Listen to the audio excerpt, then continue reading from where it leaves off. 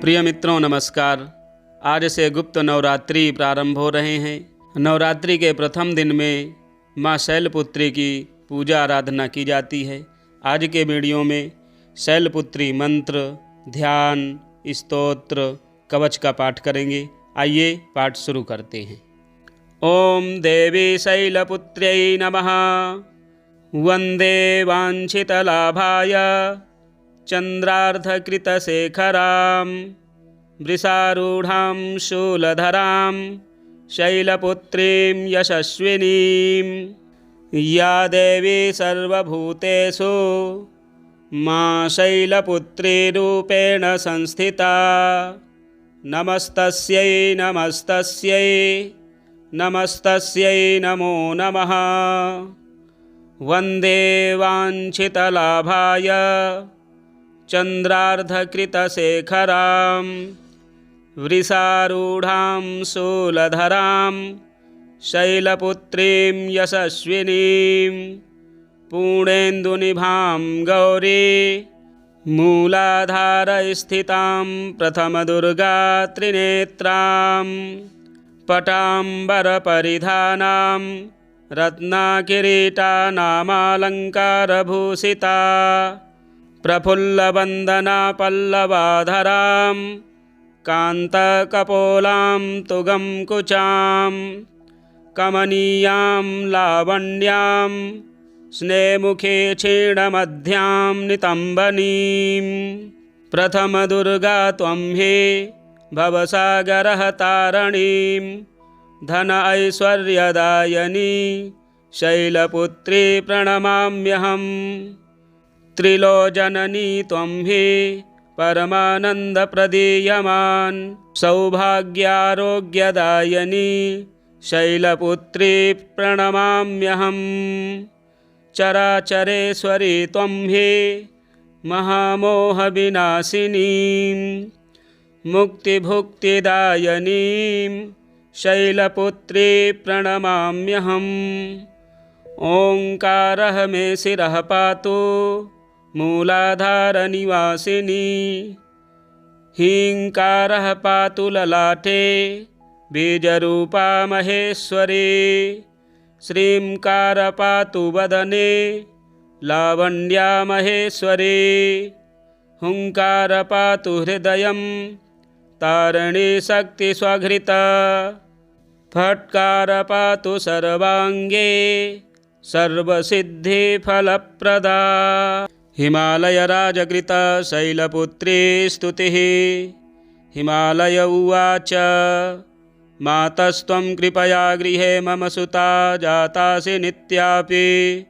यद्भाग्यं मे बहुजन्म जन्मजनितं मन्ये महत्पुण्यदम्। दृष्टं रूपमिदं परात्परतरां मूर्तिं भवान्या अपि। माहेशीं प्रतिदर्शयासु कृपया विश्वेशि तुभ्यं नमः। श्रीदेव्युवाच ददामि चक्षुस्ते दिव्यं पश्य मे रूपमैश्वरं। छिन्धिहृत्संशयं विद्धि सर्वदेवमयीं पितः। श्रीमहादेव उवाच इत्युक्त्वा तं गिरिश्रेष्ठं दत्त्वा विज्ञानमुत्तमं। स्वरूपं दर्शयामास दिव्यं माहेश्वरं तदा। शशिकोटिप्रभं चारु चन्द्रार्धकृतशेखरं। त्रिशूलबरहस्तं च जटामण्डितमस्तकं। भयानकं घोररूपं कालानलसहस्रभं। पंचवक्त्रं त्रिनेत्रं च नागयज्ञोपवीतिनं। द्विपिचर्माम्बरधरं नागेन्द्रकृतभूषणम्। एवं विलोक्य तद्रूपं विस्मितो हिमवान् पुनः। प्रोवाच वचनं माता रूपमन्यत् प्रदर्शय। ततः संहृत्य तद्रूपं दर्शयामास तत्क्षणात्। रूपमन्यन्मुनिश्रेष्ठ विश्वरूपा सनातनी। शरच्चन्द्रनिभं चारु मुकुटोज्ज्वलमस्तकं। शङ्खचक्रगदापद्म हस्तं नेत्रत्रयोज्ज्वलं दिव्यमाल्याम्बरधरं दिव्यगन्धानुलेपनं योगीन्द्रवृन्दसम्वन्द्यं सुचारुचरणाम्बुजं सर्वतः पाणिपादञ्च सर्वतोक्षिशिरोमुखं दृष्ट्वा तदेतत्परमं रूपं सा हिमवान् पुनः प्रणम्य तनयां प्राह विस्मयोत्फुल्ललोचनः। हिमालय उवाच मातस्तवेदं परमं रूपमैश्वरमुत्तमं विस्मितोऽस्मि समालोक्य रूपमन्यत्र दर्शय। त्वं यस्य सोह्यशोच्यो हि धन्यश्च परमेश्वरी अनुगृहीष्व मातर्मां कृपया त्वां नमो नमः।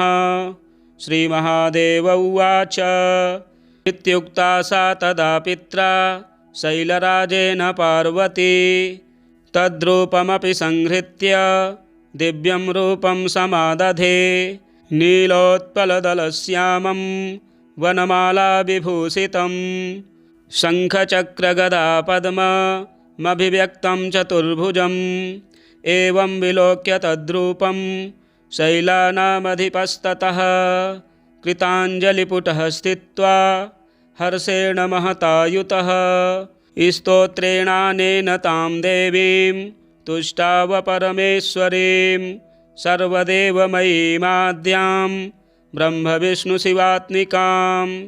हिमालय उवाच मातः सर्वमयी प्रसीद परमे विश्वेशि विश्वाश्रये त्वं सर्वं न हि किञ्चिदस्ति भुवने तत्त्वं त्वदन्यक्षिवे त्वं विष्णुर्गिरिशस्त्वमेव नितरां धातासि शक्तिः परा किं वर्ण्यं चरितं त्वचिन्त्यचरिते ब्रह्माद्यगम्यं मया त्वं स्वाहाखिलदेवतृप्तिजननी विश्वेशि त्वं वै स्वधा पितॄणामपि तृप्तिकारणमसि त्वं देवदेवात्मिका हव्यं कव्यमपि त्वमेव नियमो यज्ञस्तपो दक्षिणा त्वं स्वर्गादिफलं समस्तफलदे देवेशि तुभ्यं नमः।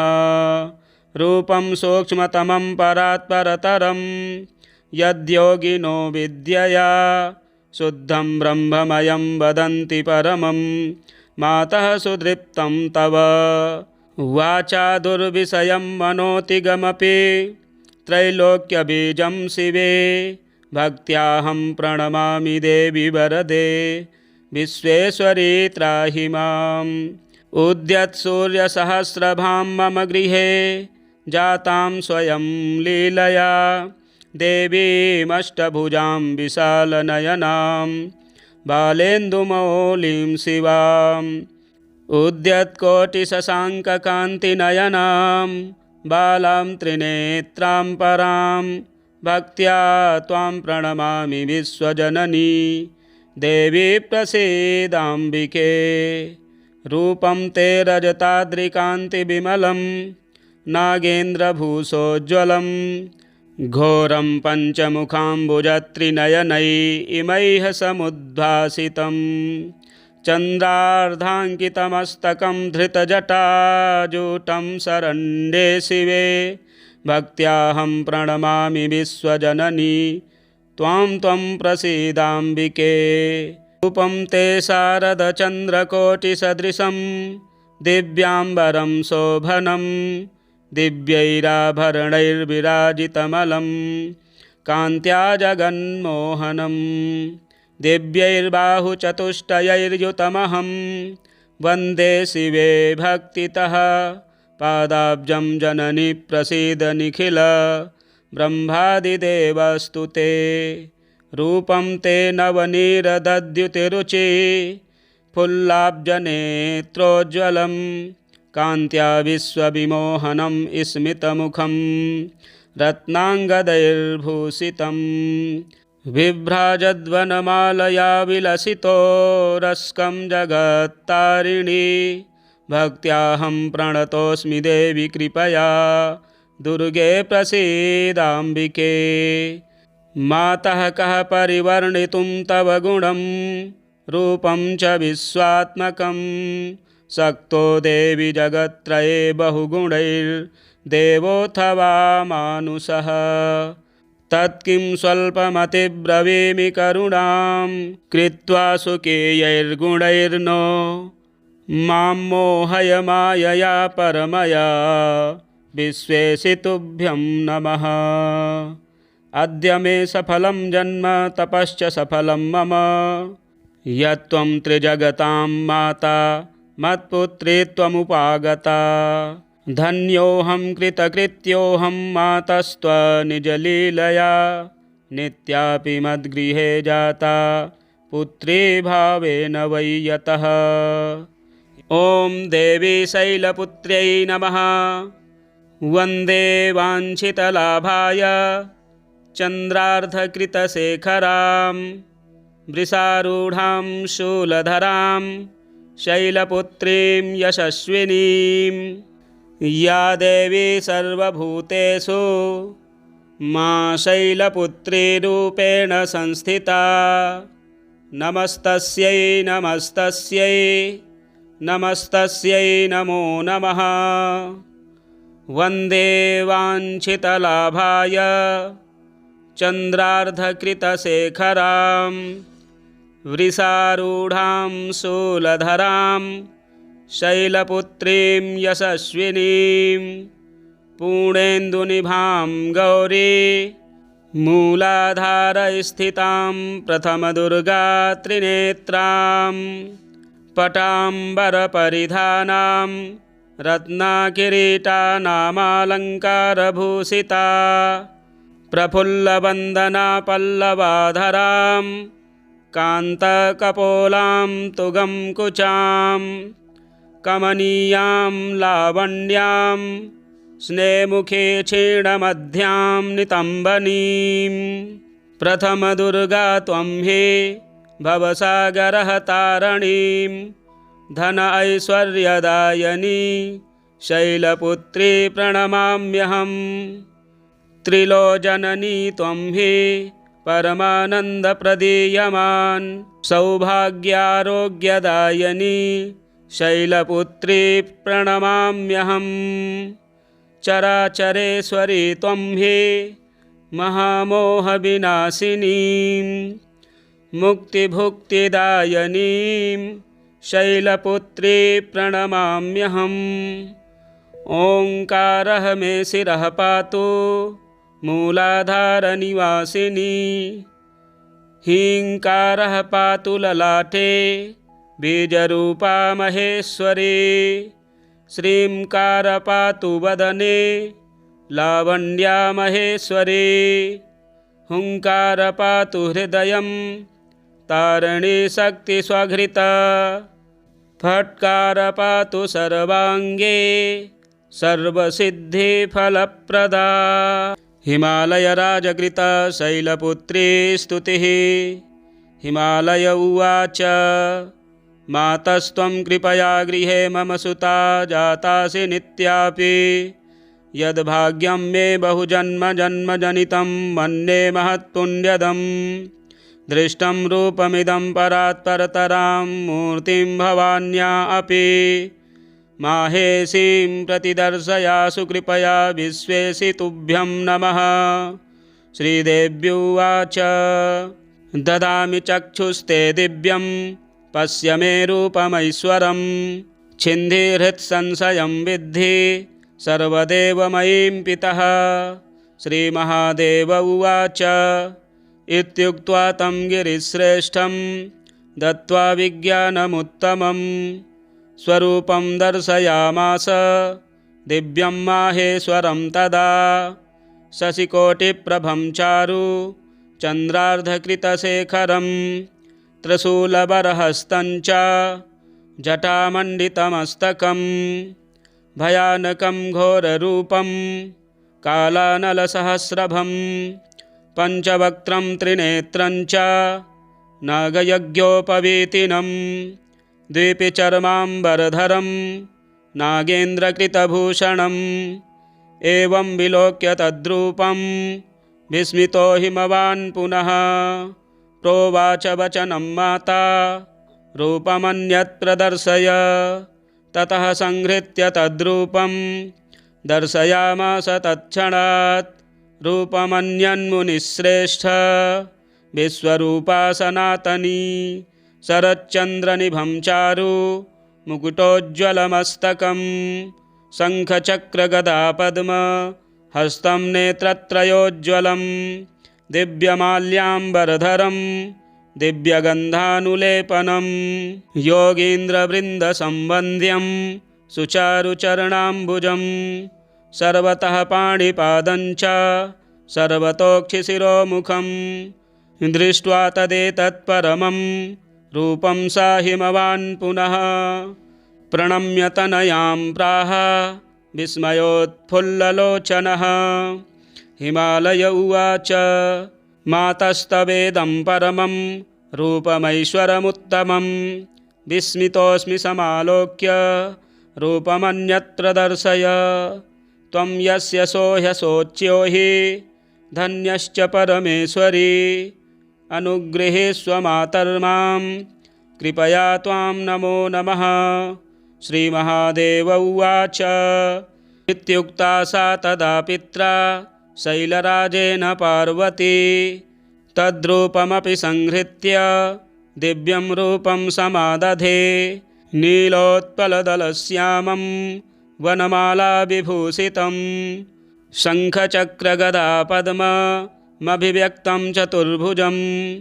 एवं विलोक्य तद्रूपं शैलानामधिपस्ततः कृताञ्जलिपुटः स्थित्वा हर्षेण महतायुतः स्तोत्रेणानेन तां देवीं तुष्टाव परमेश्वरीं सर्वदेवमयीमाद्यां ब्रह्मविष्णुशिवात्मिकाम्। हिमालय उवाच मातः सर्वमयी प्रसीद परमे विश्वेशि विश्वाश्रये। त्वं सर्वं न हि किञ्चिदस्ति भुवने तत्त्वं त्वदन्यक्षिवे। त्वं विष्णुर्गिरिशस्त्वमेव नितरां धातासि शक्तिः परा। किं वर्ण्यं चरितं त्वचिन्त्य चरिते ब्रह्माद्यगम्यं मया। त्वं स्वाहाखिलदेवतृप्तिजननी विश्वेशि त्वं वै स्वधा पितॄणामपि तृप्तिकारणमसि त्वं देवदेवात्मिका।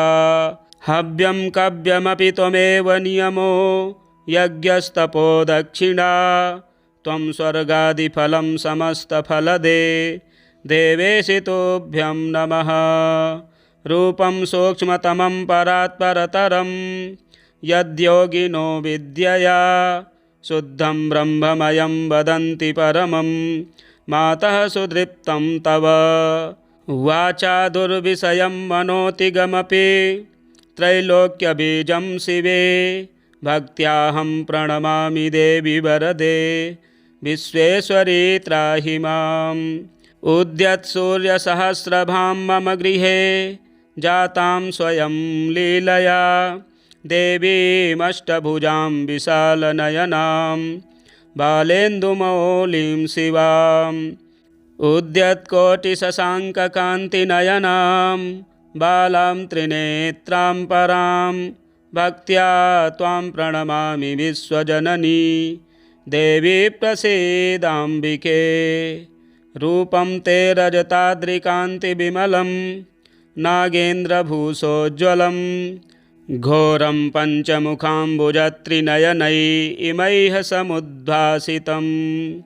चन्द्रार्धाङ्कितमस्तकं धृतजटाजूटं शरण्ये शिवे भक्त्याहं प्रणमामि विश्वजननी त्वां त्वं प्रसीदाम्बिके।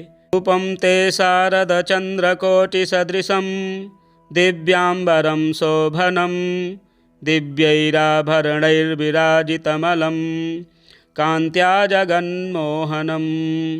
दिव्यैर्बाहुचतुष्टयैर्युतमहं वन्दे शिवे भक्तितः पादाब्जं जननि प्रसीद निखिल ब्रह्मादिदेवस्तु ते। रूपं ते नवनीरदद्युतिरुचि फुल्लाब्जनेत्रोज्ज्वलं कान्त्या विश्वविमोहनं स्मितमुखं रत्नाङ्गदैर्भूषितं बिभ्राजद्वनमालया विलसितो रस्कं जगत्तारिणी भक्त्याहं प्रणतोऽस्मि देवि कृपया दुर्गे प्रसीदाम्बिके।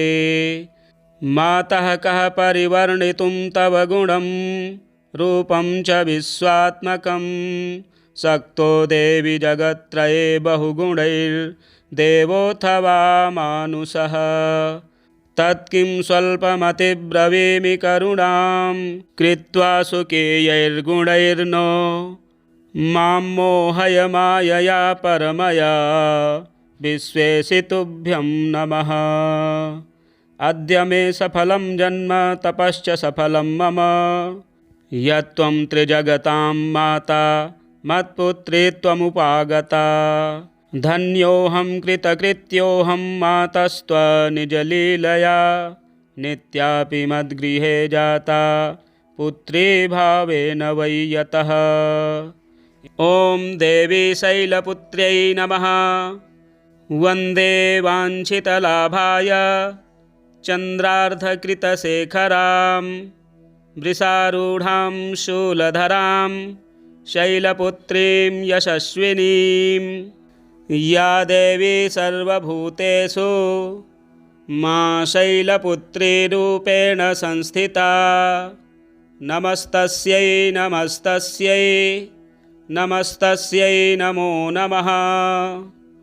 वन्दे वाञ्छितलाभाय चन्द्रार्धकृतशेखरां वृषारूढां शूलधरां शैलपुत्रीं यशस्विनीं पूर्णेन्दुनिभां गौरी मूलाधारस्थितां प्रथमदुर्गात्रिनेत्रां पटाम्बरपरिधानां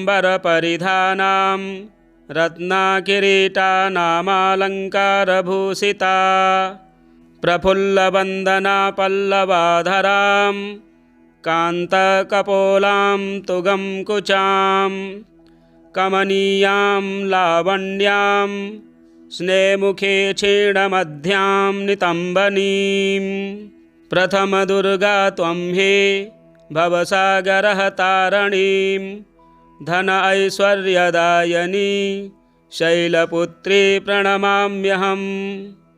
त्रिलोचननी त्वं हि परमानन्दप्रदीयमान् सौभाग्यारोग्यदायिनी शैलपुत्री प्रणमाम्यहं। चराचरेश्वरी त्वं हि महामोहविनाशिनीं मुक्तिभुक्तिदायिनीं शैलपुत्री प्रणमाम्यहम्। ओंकारः मे शिरः पातु मूलाधारनिवासिनी हीङ्कारः पातु ललाटे बीजरूपा महेश्वरी श्रींकार पातु वदने लावण्या महेश्वरी हुंकार पातु हृदयं तारिणी शक्ति स्वघृता फट्कार पातु सर्वांगे सर्वसिद्धिफलप्रदा। हिमालयराजकृता शैलपुत्री स्तुतिः। हिमालय उवाच मातस्त्वं कृपया गृहे मम सुता जातासि नित्यापि यद्भाग्यं मे बहुजन्मजन्मजनितं मन्ये महत्पुण्यदम् दृष्टं रूपमिदं परात्परतरां मूर्तिं भवान्या अपि माहेशीं प्रतिदर्शयासु कृपया विश्वेशितुभ्यं नमः। श्रीदेव्युवाच ददामि चक्षुस्ते दिव्यं पश्य मे रूपमैश्वरं छिन्धिहृत्संशयं विद्धि सर्वदेवमयीं पितः। श्रीमहादेव उवाच इत्युक्त्वा तं गिरिश्रेष्ठं दत्त्वा विज्ञानमुत्तमं स्वरूपं दर्शयामास दिव्यं माहेश्वरं तदा। शशिकोटिप्रभं चारु चन्द्रार्धकृतशेखरं त्रिशूलबरहस्तं च जटामण्डितमस्तकं भयानकं घोररूपं कालानलसहस्रभं पञ्चवक्त्रं त्रिनेत्रं च नागयज्ञोपवीतिनं द्विपिचर्माम्बरधरं नागेन्द्रकृतभूषणम् एवं विलोक्य तद्रूपं विस्मितो हिमवान् पुनः प्रोवाच वचनं माता रूपमन्यत् प्रदर्शय। ततः संहृत्य तद्रूपं दर्शयामास तत्क्षणात् रूपमन्यन्मुनिश्रेष्ठ विश्वरूपा सनातनी शरच्चन्द्रनिभं चारु मुकुटोज्ज्वलमस्तकं शङ्खचक्रगदापद्म हस्तं नेत्रत्रयोज्ज्वलं दिव्यमाल्याम्बरधरं दिव्यगन्धानुलेपनं योगीन्द्रवृन्दसंवन्द्यं सुचारुचरणाम्बुजं सर्वतः पाणिपादं च सर्वतोक्षिशिरोमुखं दृष्ट्वा तदेतत्परमं रूपं सा हिमवान् पुनः प्रणम्य तनयां प्राह विस्मयोत्फुल्ललोचनः। हिमालय उवाच मातस्तवेदं परमं रूपमैश्वरमुत्तमं विस्मितोऽस्मि समालोक्य रूपमन्यत्र दर्शय। त्वं यस्य सोह्यशोच्यो हि धन्यश्च परमेश्वरी अनुगृहीष्व मातर्मां कृपया त्वां नमो नमः। श्रीमहादेव उवाच इत्युक्ता सा तदा पित्रा शैलराजेन पार्वती तद्रूपमपि संहृत्य दिव्यं रूपं समादधे नीलोत्पलदलश्यामं वनमालाविभूषितं शङ्खचक्रगदापद्ममभिव्यक्तं चतुर्भुजम् एवं विलोक्य तद्रूपं शैलानामधिपस्ततः कृताञ्जलिपुटः स्थित्वा हर्षेण महतायुतः स्तोत्रेणानेन तां देवीं तुष्टाव परमेश्वरीं सर्वदेवमयीमाद्यां ब्रह्मविष्णुशिवात्मिकां। हिमालय उवाच मातः सर्वमयी प्रसीद परमे विश्वेशि विश्वाश्रये त्वं सर्वं न हि किञ्चिदस्ति भुवने तत्त्वं त्वदन्यक्षिवे त्वं विष्णुर्गिरिशस्त्वमेव नितरां धातासि शक्तिः परा किं वर्ण्यं चरितं त्वचिन्त्यचरिते ब्रह्माद्यगम्यं मया त्वं स्वाहाखिलदेवतृप्तिजननी विश्वेशि त्वं वै स्वधा पितॄणामपि तृप्तिकारणमसि त्वं देवदेवात्मिका हव्यं कव्यमपि त्वमेव नियमो यज्ञस्तपो दक्षिणा त्वं स्वर्गादिफलं समस्तफलदे देवेशि तुभ्यं नमः।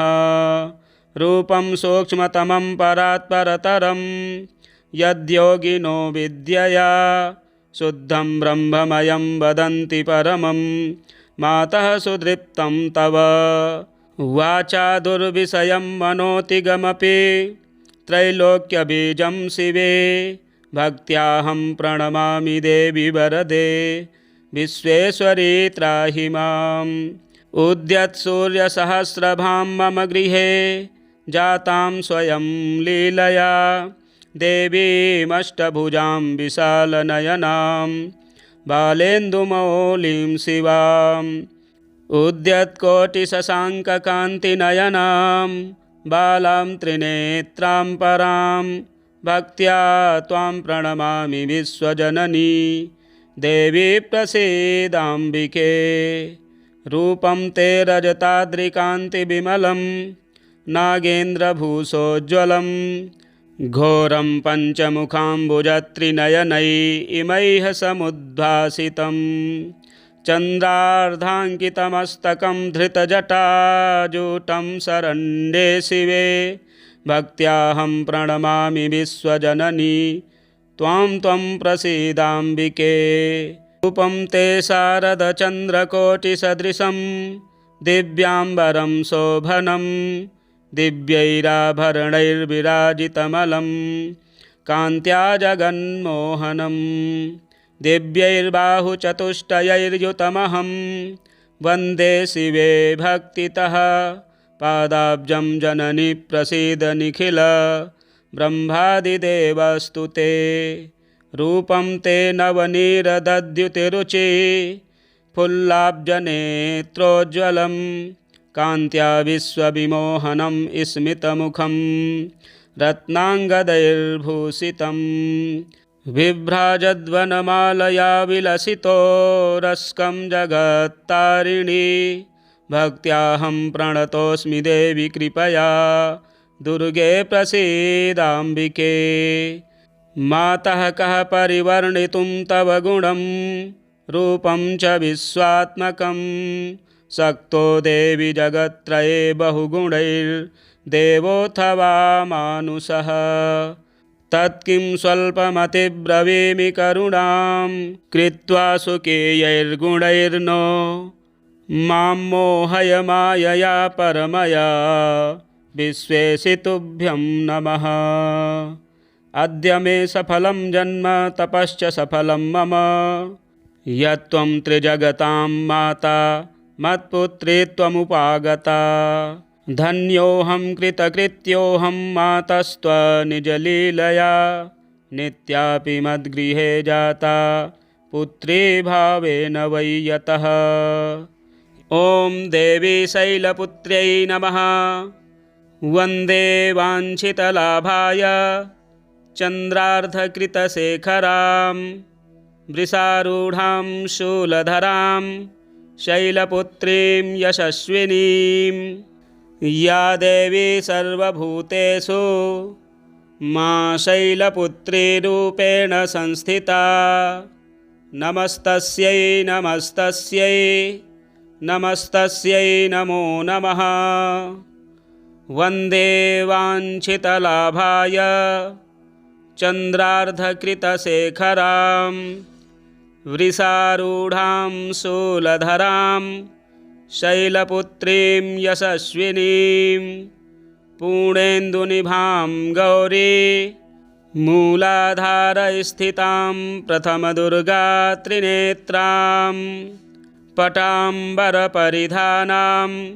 रत्नाकिरीटानामालङ्कारभूषिता प्रफुल्लवन्दना पल्लवाधरां कान्तकपोलां तुगं कुचां कमनीयां लावण्यां स्नेमुखे क्षीणमध्यां नितम्बनीं प्रथमदुर्गा त्वं हि भवसागरः तारणीं धन ऐश्वर्यदायिनी शैलपुत्री प्रणमाम्यहम् त्रिलोचननी त्वं हि परमानन्दप्रदीयमान् सौभाग्यारोग्यदायिनी शैलपुत्री प्रणमाम्यहम् चराचरेश्वरी त्वं हि महामोहविनाशिनीं मुक्तिभुक्तिदायिनीं शैलपुत्री प्रणमाम्यहम् ओंकारः मे शिरः पातु मूलाधारनिवासिनी हीङ्कारः पातु ललाटे बीजरूपा महेश्वरी श्रींकार पातु वदने लावण्या महेश्वरी हुंकार पातु हृदयं तारिणी शक्तिस्वघृता फट्कार पातु सर्वांगे सर्वसिद्धिफलप्रदा हिमालयराजकृता शैलपुत्री स्तुतिः। हिमालय उवाच मातस्त्वं कृपया गृहे मम सुता जातासि नित्यापि यद्भाग्यं मे बहुजन्मजन्मजनितं मन्ये महत्पुण्यदम् दृष्टं रूपमिदं परात्परतरां मूर्तिं भवान्या अपि माहेशीं प्रतिदर्शयासु कृपया विश्वेशितुभ्यं नमः।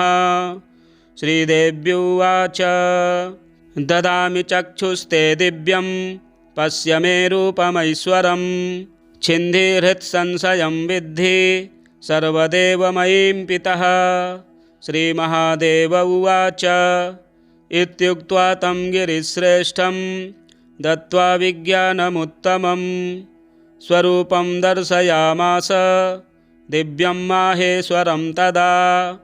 शशिकोटिप्रभं चारु चन्द्रार्धकृतशेखरं त्रिशूलबरहस्तं च जटामण्डितमस्तकं भयानकं घोररूपं कालानलसहस्रभं पञ्चवक्त्रं त्रिनेत्रं च नागयज्ञोपवीतिनं द्विपिचर्माम्बरधरं नागेन्द्रकृतभूषणम्।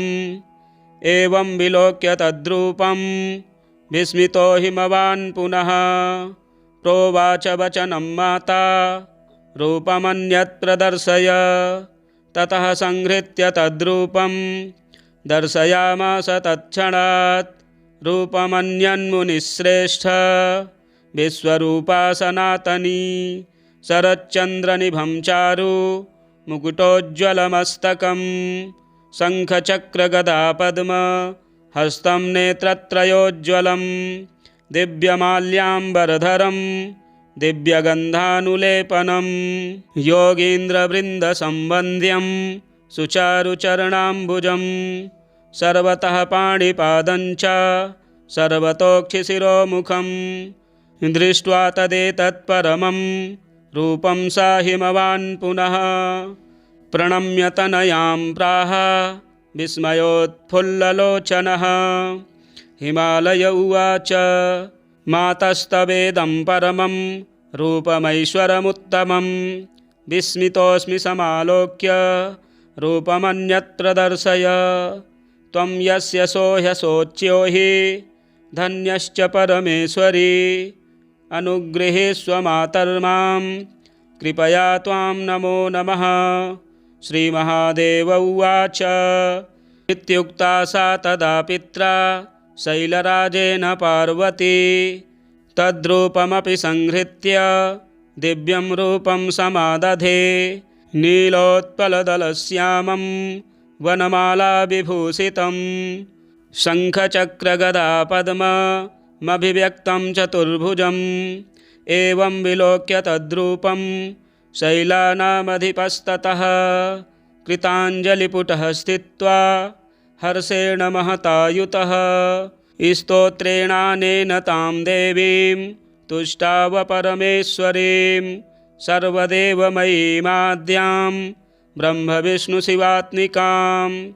हिमालय उवाच मातः सर्वमयी प्रसीद परमे विश्वेशि विश्वाश्रये। त्वं सर्वं न हि किञ्चिदस्ति भुवने तत्त्वं त्वदन्यक्षिवे। त्वं विष्णुर्गिरिशस्त्वमेव नितरां धातासि शक्तिः परा। किं वर्ण्यं चरितं त्वचिन्त्य चरिते ब्रह्माद्यगम्यं मया। त्वं स्वाहाखिलदेवतृप्तिजननी विश्वेशि त्वं वै स्वधा पितॄणामपि तृप्तिकारणमसि त्वं देवदेवात्मिका। हव्यं कव्यमपि त्वमेव नियमो यज्ञस्तपो दक्षिणा। त्वं स्वर्गादिफलं समस्तफलदे देवेशि तुभ्यं नमः। रूपं सूक्ष्मतमं परात्परतरं यद्योगिनो विद्यया शुद्धं ब्रह्ममयं वदन्ति परमं मातः सुदृप्तं तव। वाचा दुर्विषयं मनोतिगमपि त्रैलोक्यबीजं शिवे भक्त्याहं प्रणमामि देवि वरदे विश्वेश्वरी त्राहि माम्। उद्यत्सूर्यसहस्रभां मम गृहे जातां स्वयं लीलया देवीमष्टभुजां विशालनयनां बालेन्दुमौलिं शिवाम्। उद्यत्कोटिशशाङ्ककान्तिनयनां बालां त्रिनेत्रां परां भक्त्या त्वां प्रणमामि विश्वजननी देवी प्रसीदाम्बिके। रूपं ते रजताद्रिकान्तिविमलं नागेन्द्रभूषोज्ज्वलं घोरं पञ्चमुखाम्बुजत्रिनयनै इमैः समुद्भासितं चन्द्रार्धाङ्कितमस्तकं धृतजटाजूटं शरण्ये शिवे भक्त्याहं प्रणमामि विश्वजननी त्वां त्वं प्रसीदाम्बिके। रूपं ते शारदचन्द्रकोटिसदृशं दिव्याम्बरं शोभनं दिव्यैराभरणैर्विराजितमलं कान्त्या जगन्मोहनं दिव्यैर्बाहुचतुष्टयैर्युतमहं वन्दे शिवे भक्तितः पादाब्जं जननि प्रसीद निखिल ब्रह्मादिदेवस्तु ते। रूपं ते नवनीरदद्युतिरुचि फुल्लाब्जनेत्रोज्ज्वलं कान्त्या विश्वविमोहनं स्मितमुखं रत्नाङ्गदैर्भूषितं बिभ्राजद्वनमालया विलसितो रस्कं जगत्तारिणी भक्त्याहं प्रणतोऽस्मि देवि कृपया दुर्गे प्रसीदाम्बिके। मातः कः परिवर्णितुं तव गुणं रूपं च विश्वात्मकं शक्तो देवि जगत्त्रये बहुगुणैर्देवोऽथवा मानुषः तत्किं स्वल्पमतिब्रवीमि करुणां कृत्वा सुकेयैर्गुणैर्नो मां मोहय मायया परमया विश्वेशितुभ्यं नमः। अद्य मे सफलं जन्म तपश्च सफलं मम यत्त्वं त्रिजगतां माता मत्पुत्री त्वमुपागता धन्योऽहं कृतकृत्योऽहं मातस्त्वनिजलीलया नित्यापि मद्गृहे जाता पुत्री भावेन वै यतः। ॐ देवी शैलपुत्र्यै नमः। वन्दे वाञ्छितलाभाय चन्द्रार्धकृतशेखरां वृषारूढां शूलधरां शैलपुत्रीं यशस्विनीं या देवी सर्वभूतेषु मा शैलपुत्रीरूपेण संस्थिता। नमस्तस्यै नमस्तस्यै नमस्तस्यै नमो नमः।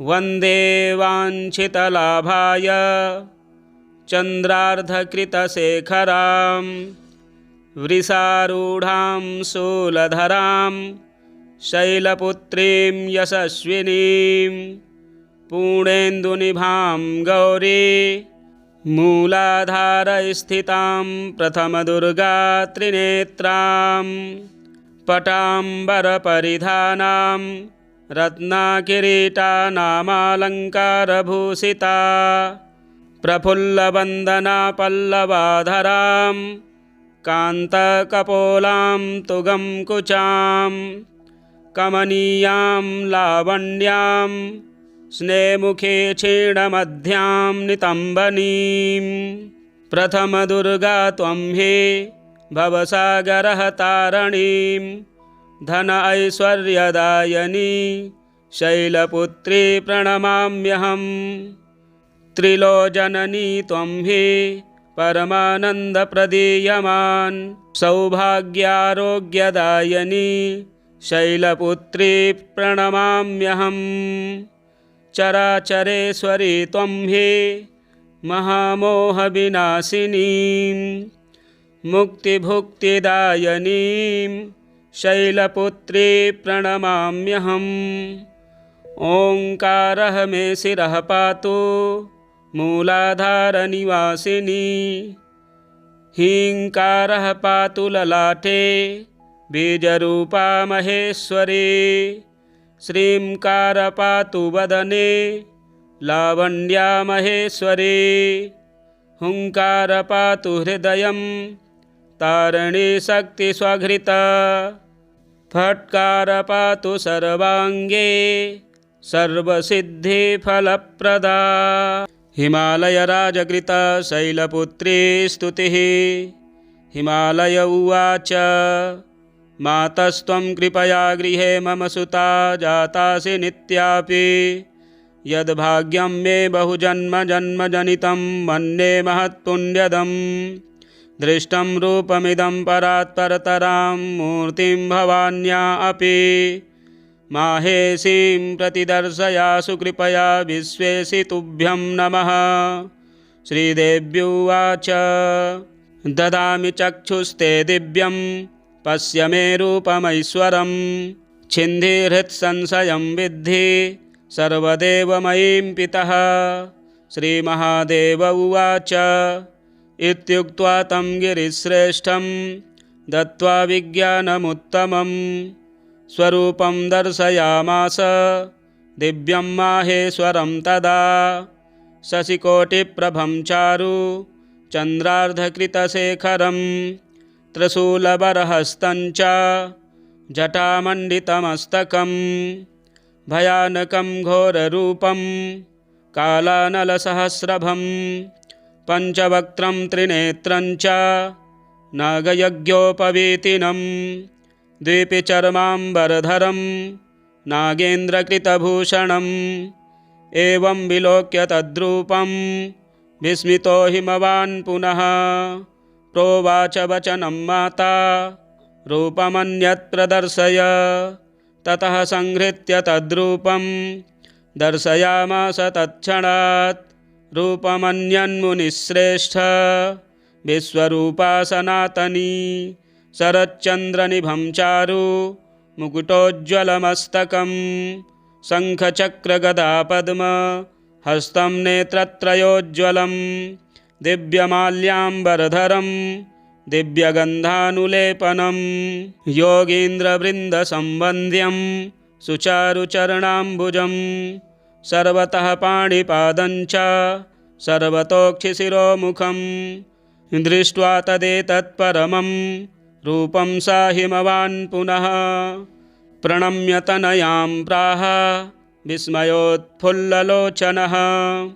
हिमालय उवाच मातस्तवेदं परमं रूपमैश्वरमुत्तमं विस्मितोऽस्मि समालोक्य रूपमन्यत्र दर्शय। त्वं यस्य सोह्यशोच्यो हि धन्यश्च परमेश्वरी अनुगृहीष्व मातर्मां कृपया त्वां नमो नमः। श्रीमहादेव उवाच इत्युक्ता सा तदा पित्रा शैलराजेन पार्वती तद्रूपमपि संहृत्य दिव्यं रूपं समादधे नीलोत्पलदलश्यामं वनमालाविभूषितं शङ्खचक्रगदापद्ममभिव्यक्तं चतुर्भुजम् एवं विलोक्य तद्रूपं शैलानामधिपस्ततः कृताञ्जलिपुटः स्थित्वा हर्षेण महतायुतः स्तोत्रेणानेन तां देवीं तुष्टाव परमेश्वरीं सर्वदेवमयीमाद्यां ब्रह्मविष्णुशिवात्मिकां। हिमालय उवाच मातः सर्वमयी प्रसीद परमे विश्वेशि विश्वाश्रये त्वं सर्वं न हि किञ्चिदस्ति भुवने तत्त्वं त्वदन्यक्षिवे त्वं विष्णुर्गिरिशस्त्वमेव नितरां धातासि शक्तिः परा किं वर्ण्यं चरितं त्वचिन्त्य चरिते ब्रह्माद्यगम्यं मया त्वं स्वाहाखिलदेवतृप्तिजननी विश्वेशि त्वं वै स्वधा पितॄणामपि तृप्तिकारणमसि त्वं देवदेवात्मिका हव्यं कव्यमपि त्वमेव नियमो यज्ञस्तपो दक्षिणा त्वं स्वर्गादिफलं समस्तफलदे देवेशि तुभ्यं नमः। रूपं सूक्ष्मतमं परात्परतरं यद्योगिनो विद्यया शुद्धं ब्रह्ममयं वदन्ति परमं मातः सुदृप्तं तव वाचा दुर्विषयं मनोतिगमपि त्रैलोक्यबीजं शिवे भक्त्याहं प्रणमामि देवि वरदे विश्वेश्वरी त्राहि माम्। उद्यत्सूर्यसहस्रभां मम गृहे जातां स्वयं लीलया देवीमष्टभुजां विशालनयनां बालेन्दुमौलिं शिवाम् उद्यत्कोटिशशाङ्ककान्तिनयनां बालां त्रिनेत्रां परां भक्त्या त्वां प्रणमामि विश्वजननी देवी प्रसीदाम्बिके। रूपं ते रजताद्रिकान्तिविमलं नागेन्द्रभूषोज्ज्वलं घोरं पञ्चमुखाम्बुजत्रिनयनै इमैः समुद्भासितं चन्द्रार्धाङ्कितमस्तकं धृतजटाजूटं शरण्ये शिवे भक्त्याहं प्रणमामि विश्वजननी त्वां त्वं प्रसीदाम्बिके। रूपं ते शारदचन्द्रकोटिसदृशं दिव्याम्बरं शोभनं दिव्यैराभरणैर्विराजितमलं कान्त्या जगन्मोहनं दिव्यैर्बाहुचतुष्टयैर्युतमहं वन्दे शिवे भक्तितः पादाब्जं जननि प्रसीद निखिल ब्रह्मादिदेवस्तु ते।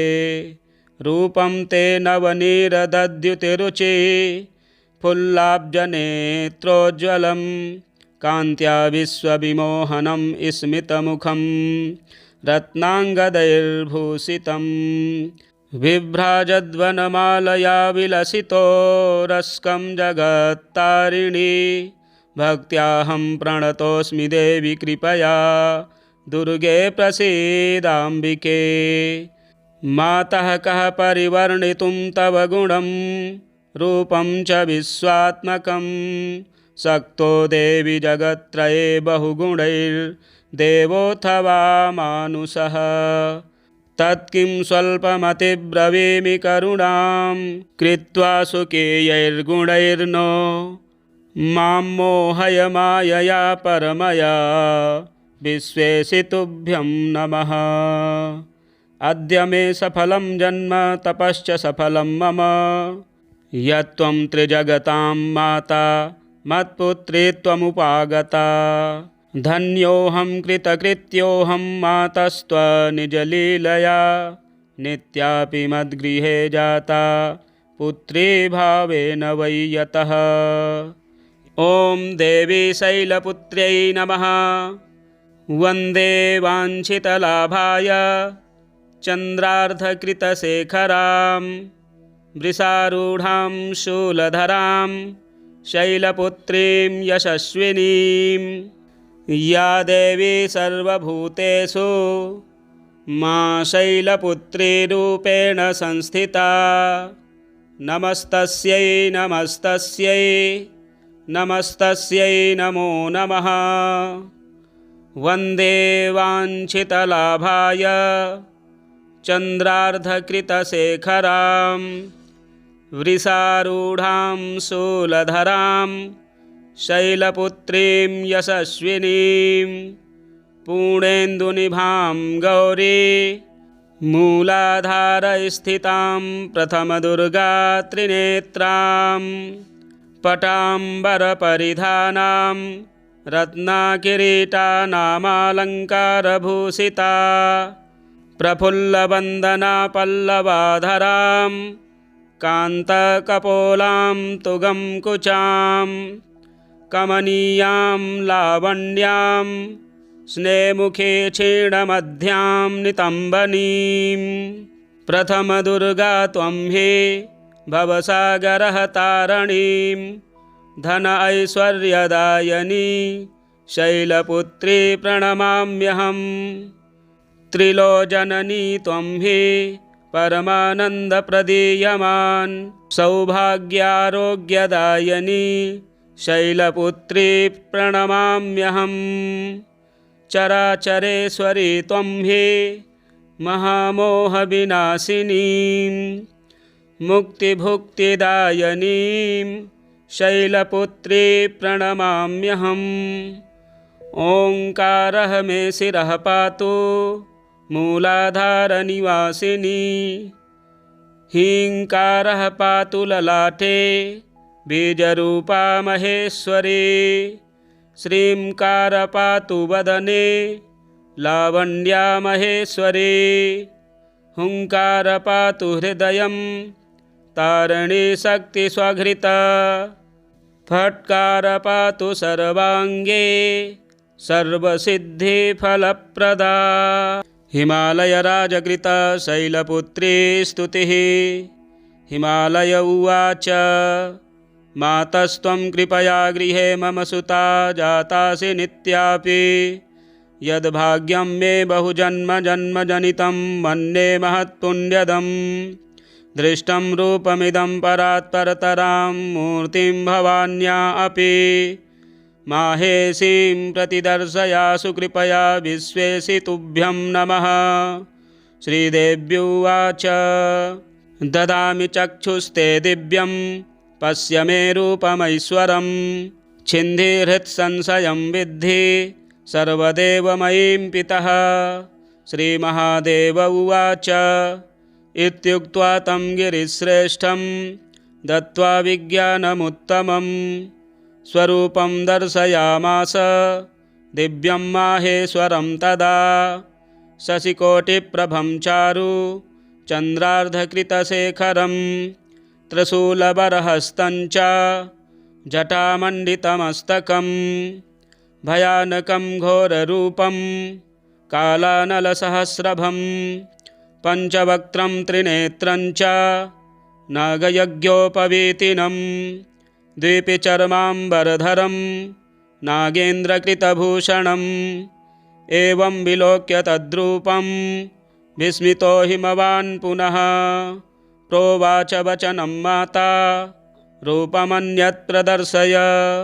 ततः संहृत्य तद्रूपं दर्शयामास तत्क्षणात् रूपमन्यन्मुनिश्रेष्ठ विश्वरूपा सनातनी शरच्चन्द्रनिभं चारु मुकुटोज्ज्वलमस्तकं शङ्खचक्रगदापद्म हस्तं नेत्रत्रयोज्ज्वलं दिव्यमाल्याम्बरधरं दिव्यगन्धानुलेपनं योगीन्द्रवृन्दसम्वन्द्यं सुचारुचरणाम्बुजं सर्वतः पाणिपादं च सर्वतोक्षिशिरोमुखं दृष्ट्वा तदेतत्परमं रूपं सा हिमवान् पुनः प्रणम्य तनयां प्राह विस्मयोत्फुल्ललोचनः। हिमालय उवाच मातस्तवेदं परमं रूपमैश्वरमुत्तमं विस्मितोऽस्मि समालोक्य रूपमन्यत्र दर्शय। त्वं यस्य सोह्यशोच्यो हि धन्यश्च परमेश्वरी अनुगृहीष्व मातर्मां कृपया त्वां नमो नमः। श्रीमहादेव उवाच इत्युक्ता सा तदा पित्रा शैलराजेन पार्वती तद्रूपमपि संहृत्य दिव्यं रूपं समादधे नीलोत्पलदलश्यामं वनमालाविभूषितं शङ्खचक्रगदापद्ममभिव्यक्तं चतुर्भुजम् एवं विलोक्य तद्रूपं शैलानामधिपस्ततः कृताञ्जलिपुटः स्थित्वा हर्षेण महतायुतः स्तोत्रेणानेन तां देवीं तुष्टाव परमेश्वरीं सर्वदेवमयीमाद्यां ब्रह्मविष्णुशिवात्मिकां।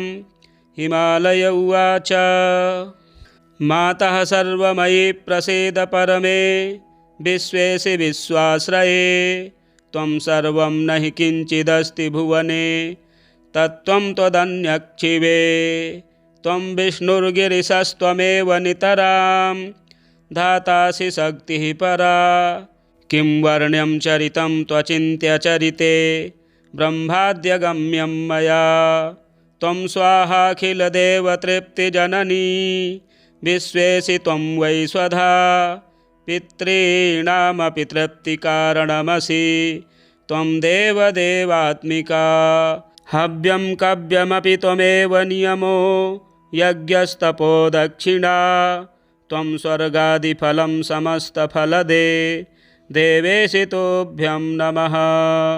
रूपं सूक्ष्मतमं परात्परतरं यद्योगिनो विद्यया शुद्धं ब्रह्ममयं वदन्ति परमं मातः सुदृप्तं तव। वाचा दुर्विषयं मनोतिगमपि त्रैलोक्यबीजं शिवे। भक्त्याहं प्रणमामि देवि वरदे विश्वेश्वरी त्राहि माम्। उद्यत्सूर्यसहस्रभां मम गृहे जातां स्वयं लीलया।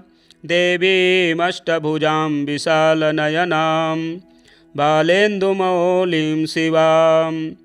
उद्यत्कोटिशशाङ्ककान्तिनयनां बालां त्रिनेत्रां परां। भक्त्या त्वां प्रणमामि विश्वजननी देवी प्रसीदाम्बिके। रूपं ते रजताद्रिकान्तिविमलं नागेन्द्रभूषोज्ज्वलं। घोरं पञ्चमुखाम्बुजत्रिनयनै इमैः समुद्भासितं।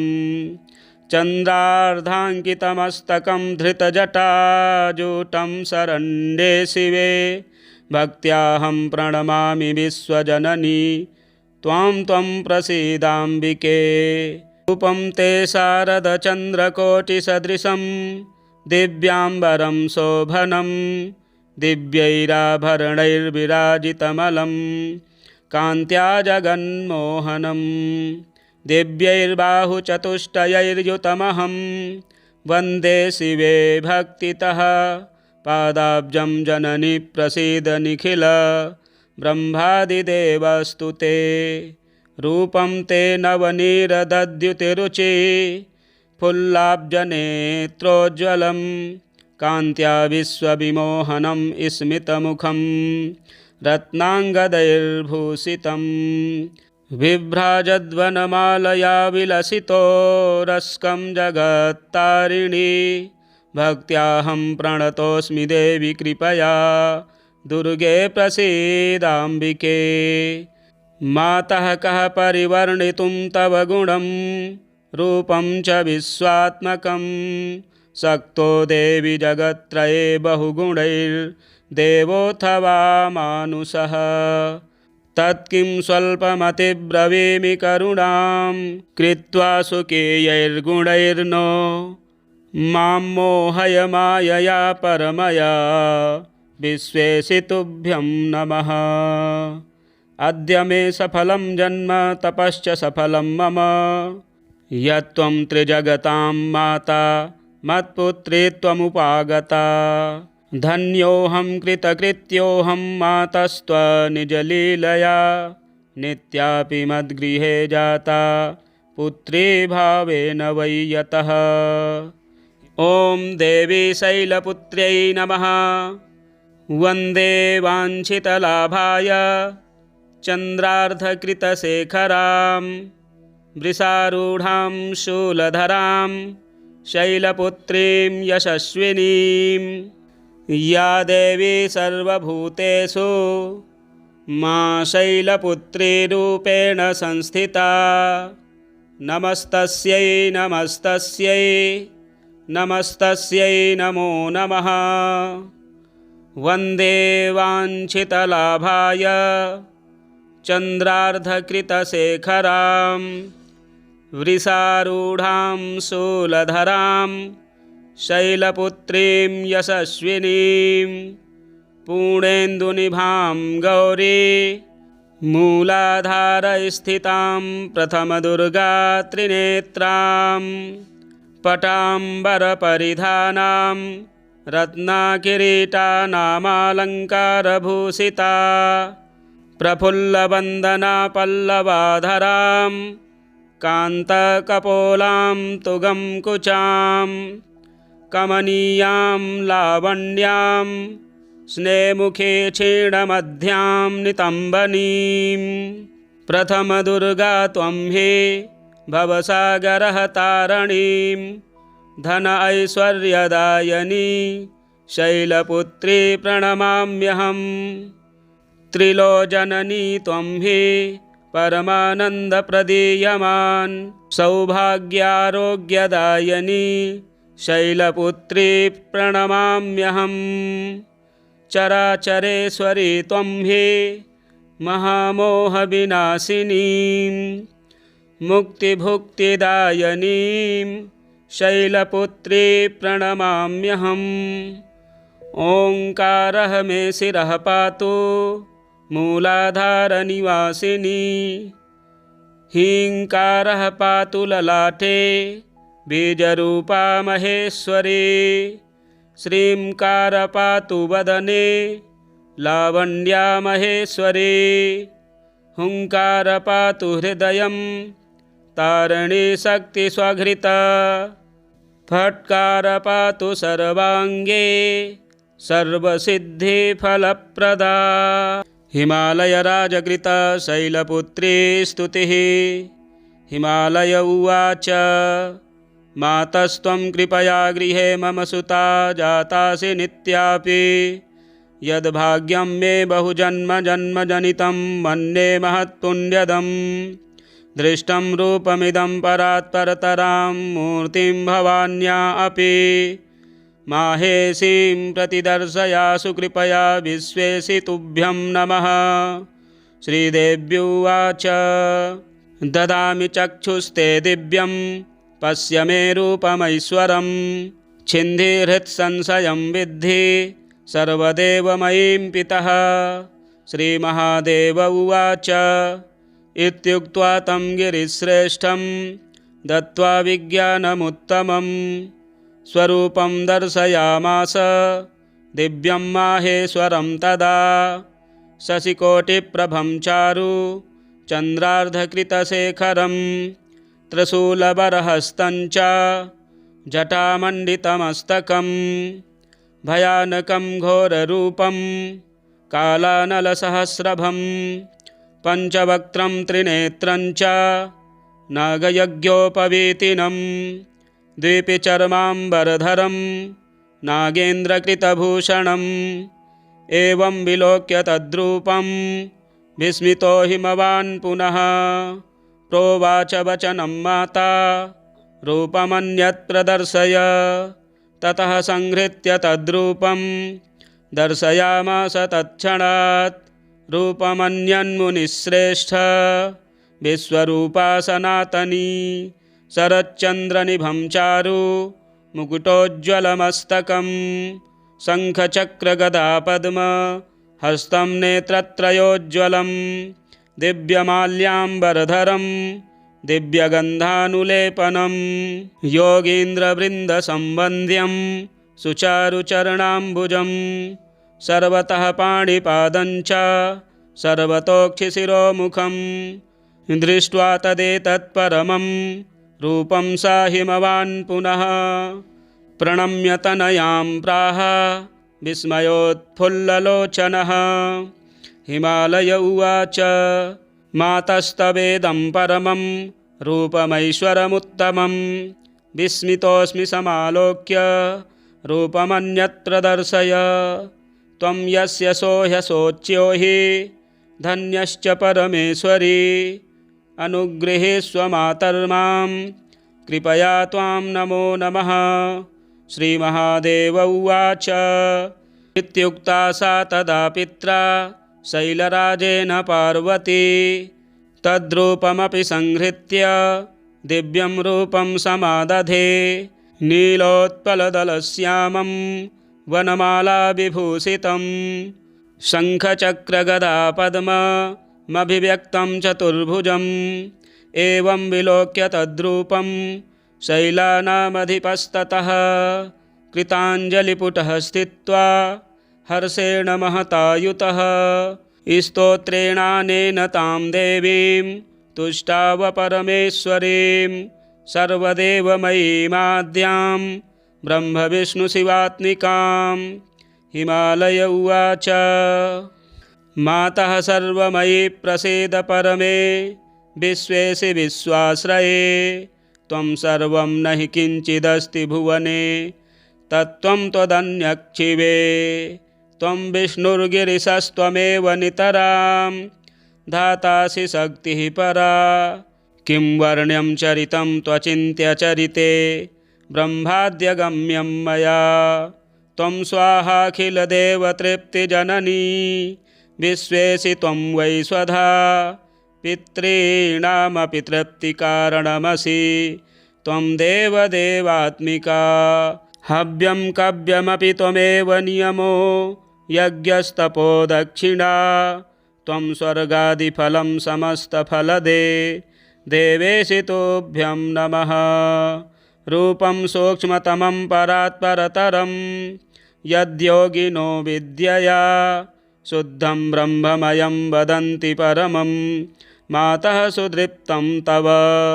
वाचा दुर्विषयं मनोतिगमपि त्रैलोक्यबीजं शिवे भक्त्याहं प्रणमामि देवि वरदे विश्वेश्वरी त्राहि माम्। उद्यत्सूर्यसहस्रभां मम गृहे जातां स्वयं लीलया देवीमष्टभुजां विशालनयनां बालेन्दुमौलिं शिवाम्। उद्यत्कोटिशशाङ्ककान्तिनयनां बालां त्रिनेत्रां परां भक्त्या त्वां प्रणमामि विश्वजननी देवी प्रसीदाम्बिके।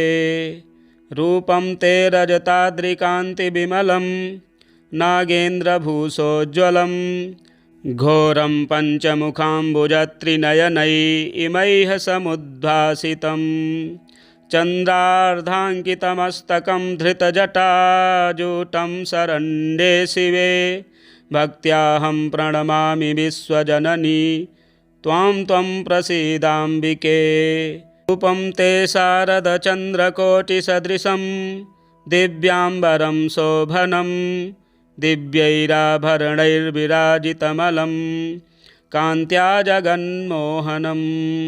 दिव्यैर्बाहुचतुष्टयैर्युतमहं वन्दे शिवे भक्तितः पादाब्जं जननि प्रसीद निखिल ब्रह्मादिदेवस्तु ते। रूपं ते नवनीरदद्युतिरुचि फुल्लाब्जनेत्रोज्ज्वलं कान्त्या विश्वविमोहनं स्मितमुखं रत्नाङ्गदैर्भूषितं। बिभ्राजद्वनमालया विलसितो रस्कं जगत्तारिणी भक्त्याहं प्रणतोऽस्मि देवि कृपया दुर्गे प्रसीदाम्बिके। मातः कः परिवर्णितुं तव गुणं रूपं च विश्वात्मकं शक्तो देवि जगत्त्रये बहुगुणैर्देवोऽथवा मानुषः। तत्किं स्वल्पमतिब्रवीमि करुणां कृत्वा सुकेयैर्गुणैर्नो मां मोहय मायया परमया विश्वेशि तुभ्यं नमः। अद्य मे सफलं जन्म तपश्च सफलं मम यत्त्वं त्रिजगतां माता मत्पुत्री त्वमुपागता। धन्योऽहं कृतकृत्योऽहं मातस्त्वनिजलीलया नित्यापि मद्गृहे जाता पुत्री भावेन वै यतः। ॐ देवी शैलपुत्र्यै नमः। वन्दे वाञ्छितलाभाय चन्द्रार्धकृतशेखरां वृषारूढां शूलधरां शैलपुत्रीं यशस्विनीं। या देवी सर्वभूतेषु मा शैलपुत्रीरूपेण संस्थिता। नमस्तस्यै नमस्तस्यै नमस्तस्यै नमो नमः। वन्दे वाञ्छितलाभाय चन्द्रार्धकृतशेखरां वृषारूढां शूलधरां शैलपुत्रीं यशस्विनीं। पूर्णेन्दुनिभां गौरी मूलाधारस्थितां प्रथमदुर्गा त्रिनेत्रां। पटाम्बरपरिधानां रत्नाकिरीटानामालङ्कारभूषिता। प्रफुल्लवन्दना पल्लवाधरां कान्तकपोलां तुगं कुचां। कमनीयां लावण्यां स्नेमुखे क्षीणमध्यां नितम्बनीं। प्रथमदुर्गा त्वं हि भवसागरः तारणीं धन ऐश्वर्यदायिनी शैलपुत्री प्रणमाम्यहम्। त्रिलोचननी त्वं हि परमानन्दप्रदीयमान् सौभाग्यारोग्यदायिनी शैलपुत्री प्रणमाम्यहम्। चराचरेश्वरी त्वं हि महामोहविनाशिनी मुक्तिभुक्तिदायिनीं शैलपुत्री प्रणमाम्यहम्।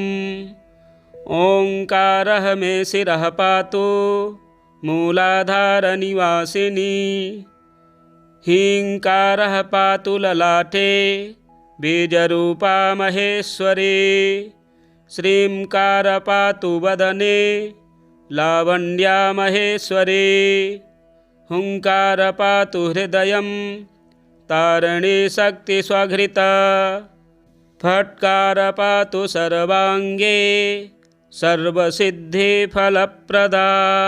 हिमालयराजकृता शैलपुत्री स्तुतिः। हिमालय उवाच मातस्त्वं कृपया गृहे मम सुता जातासि नित्यापि यद्भाग्यं मे बहुजन्मजन्मजनितं मन्ये महत्पुण्यदम्। दृष्टं रूपमिदं परात्परतरां मूर्तिं भवान्या अपि माहेशीं प्रतिदर्शयासु कृपया विश्वेशि तुभ्यं नमः। श्रीदेव्युवाच ददामि चक्षुस्ते दिव्यं पश्य मे रूपमैश्वरं छिन्धिहृत्संशयं विद्धि सर्वदेवमयीं पितः। श्रीमहादेव उवाच इत्युक्त्वा तं गिरिश्रेष्ठं दत्त्वा विज्ञानमुत्तमं स्वरूपं दर्शयामास दिव्यं माहेश्वरं तदा। शशिकोटिप्रभं चारु चन्द्रार्धकृतशेखरं त्रिशूलबरहस्तं च जटामण्डितमस्तकं भयानकं घोररूपं कालानलसहस्रभं पञ्चवक्त्रं त्रिनेत्रं च नागयज्ञोपवीतिनं द्विपिचर्माम्बरधरं नागेन्द्रकृतभूषणम्। एवं विलोक्य तद्रूपं विस्मितो हिमवान् पुनः प्रोवाच वचनं माता रूपमन्यत् प्रदर्शय। ततः संहृत्य तद्रूपं दर्शयामास तत्क्षणात् रूपमन्यन्मुनिश्रेष्ठ विश्वरूपा सनातनी शरच्चन्द्रनिभं चारु मुकुटोज्ज्वलमस्तकं शङ्खचक्रगदापद्म हस्तं नेत्रत्रयोज्ज्वलं दिव्यमाल्याम्बरधरं दिव्यगन्धानुलेपनं योगीन्द्रवृन्दसंवन्द्यं सुचारुचरणाम्बुजं सर्वतः पाणिपादं च सर्वतोक्षिशिरोमुखं दृष्ट्वा तदेतत्परमं रूपं सा हिमवान् पुनः प्रणम्य तनयां प्राह विस्मयोत्फुल्ललोचनः। हिमालय उवाच मातस्तवेदं परमं रूपमैश्वरमुत्तमं विस्मितोऽस्मि समालोक्य रूपमन्यत्र दर्शय। त्वं यस्य सोह्यशोच्यो हि धन्यश्च परमेश्वरी अनुगृहीष्व मातर्मां कृपया त्वां नमो नमः। श्रीमहादेव उवाच इत्युक्ता सा तदा पित्रा शैलराजेन पार्वती तद्रूपमपि संहृत्य दिव्यं रूपं समादधे नीलोत्पलदलश्यामं वनमालाविभूषितं शङ्खचक्रगदापद्ममभिव्यक्तं चतुर्भुजम्। एवं विलोक्य तद्रूपं शैलानामधिपस्ततः कृताञ्जलिपुटः स्थित्वा हर्षेण महतायुतः स्तोत्रेणानेन तां देवीं तुष्टाव परमेश्वरीं सर्वदेवमयीमाद्यां ब्रह्मविष्णुशिवात्मिकां। हिमालय उवाच मातः सर्वमयी प्रसीद परमे विश्वेशि विश्वाश्रये त्वं सर्वं न हि किञ्चिदस्ति भुवने तत्त्वं त्वदन्यक्षिवे त्वं विष्णुर्गिरिशस्त्वमेव नितरां धातासि शक्तिः परा किं वर्ण्यं चरितं त्वचिन्त्यचरिते ब्रह्माद्यगम्यं मया त्वं स्वाहाखिलदेवतृप्तिजननी विश्वेशि त्वं वै स्वधा पितॄणामपि तृप्तिकारणमसि त्वं देवदेवात्मिका हव्यं कव्यमपि त्वमेव नियमो यज्ञस्तपो दक्षिणा त्वं स्वर्गादिफलं समस्तफलदे देवेशि तुभ्यं नमः रूपं सूक्ष्मतमं परात्परतरं यद्योगिनो विद्यया शुद्धं ब्रह्ममयं वदन्ति परमं मातः सुदृप्तं तव वाचा दुर्विषयं मनोतिगमपि त्रैलोक्यबीजं शिवे भक्त्याहं प्रणमामि देवि वरदे विश्वेश्वरी त्राहि माम् उद्यत्सूर्यसहस्रभां मम गृहे जातां स्वयं लीलया देवीमष्टभुजां विशालनयनां बालेन्दुमौलिं शिवाम् उद्यत्कोटिशशाङ्ककान्तिनयनां बालां त्रिनेत्रां परां भक्त्या त्वां प्रणमामि विश्वजननी देवी प्रसीदाम्बिके रूपं ते रजताद्रिकान्तिविमलं नागेन्द्रभूषोज्ज्वलं घोरं पञ्चमुखाम्बुजत्रिनयनै इमैः समुद्भासितं चन्द्रार्धाङ्कितमस्तकं धृतजटाजूटं शरण्ये शिवे भक्त्याहं प्रणमामि विश्वजननी त्वां प्रसीदाम्बिके रूपं ते शारदचन्द्रकोटिसदृशं दिव्याम्बरं शोभनं दिव्यैराभरणैर्विराजितमलं कान्त्या जगन्मोहनं दिव्यैर्बाहुचतुष्टयैर्युतमहं वन्दे शिवे भक्तितः पादाब्जं जननि प्रसीद निखिल ब्रह्मादिदेवस्तु ते रूपं ते नवनीरदद्युतिरुचि फुल्लाब्जनेत्रोज्ज्वलं कान्त्या विश्वविमोहनं स्मितमुखं रत्नाङ्गदैर्भूषितं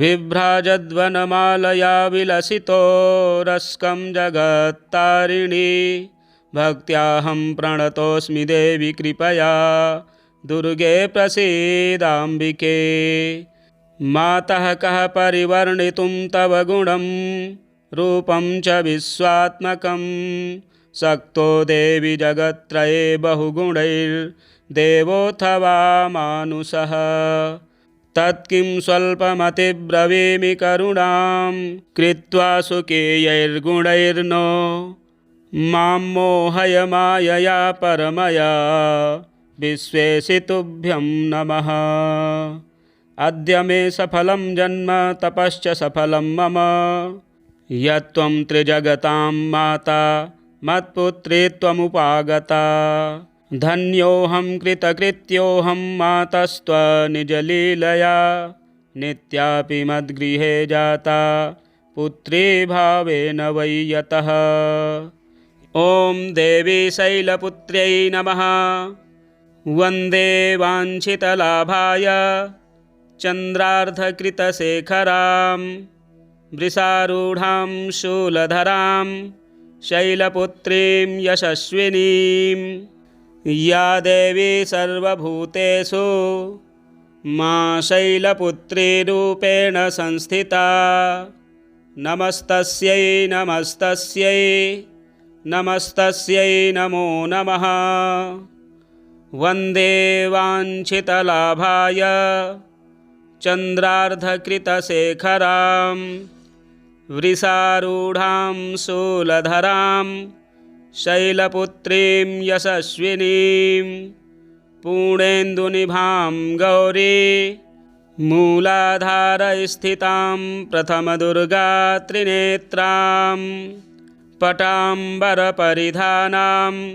रत्नाकिरीटानामालङ्कारभूषिता प्रफुल्लवन्दना पल्लवाधरां कान्तकपोलां तुगं कुचां कमनीयां लावण्यां स्नेमुखे क्षीणमध्यां नितम्बनीं प्रथमदुर्गा त्वं हे भवसागरः तारणीं धन ऐश्वर्यदायिनी शैलपुत्री प्रणमाम्यहम् त्रिलोचननी त्वं हि परमानन्दप्रदीयमान् सौभाग्यारोग्यदायिनी शैलपुत्री प्रणमाम्यहम् चराचरेश्वरी त्वं हि महामोहविनाशिनी मुक्तिभुक्तिदायिनीं शैलपुत्री प्रणमाम्यहम्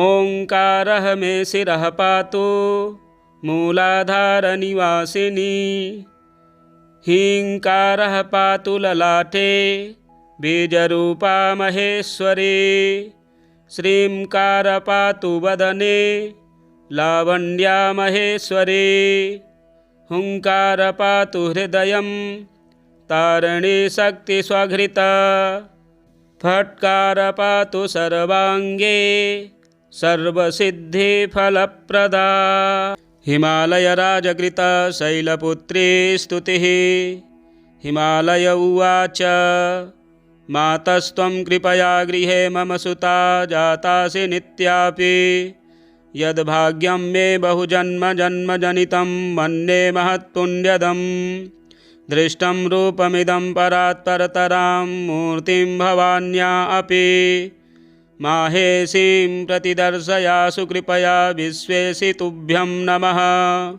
श्रीदेव्युवाच ददामि चक्षुस्ते दिव्यं पश्य मे रूपमैश्वरं छिन्धिहृत्संशयं विद्धि सर्वदेवमयीं पितः।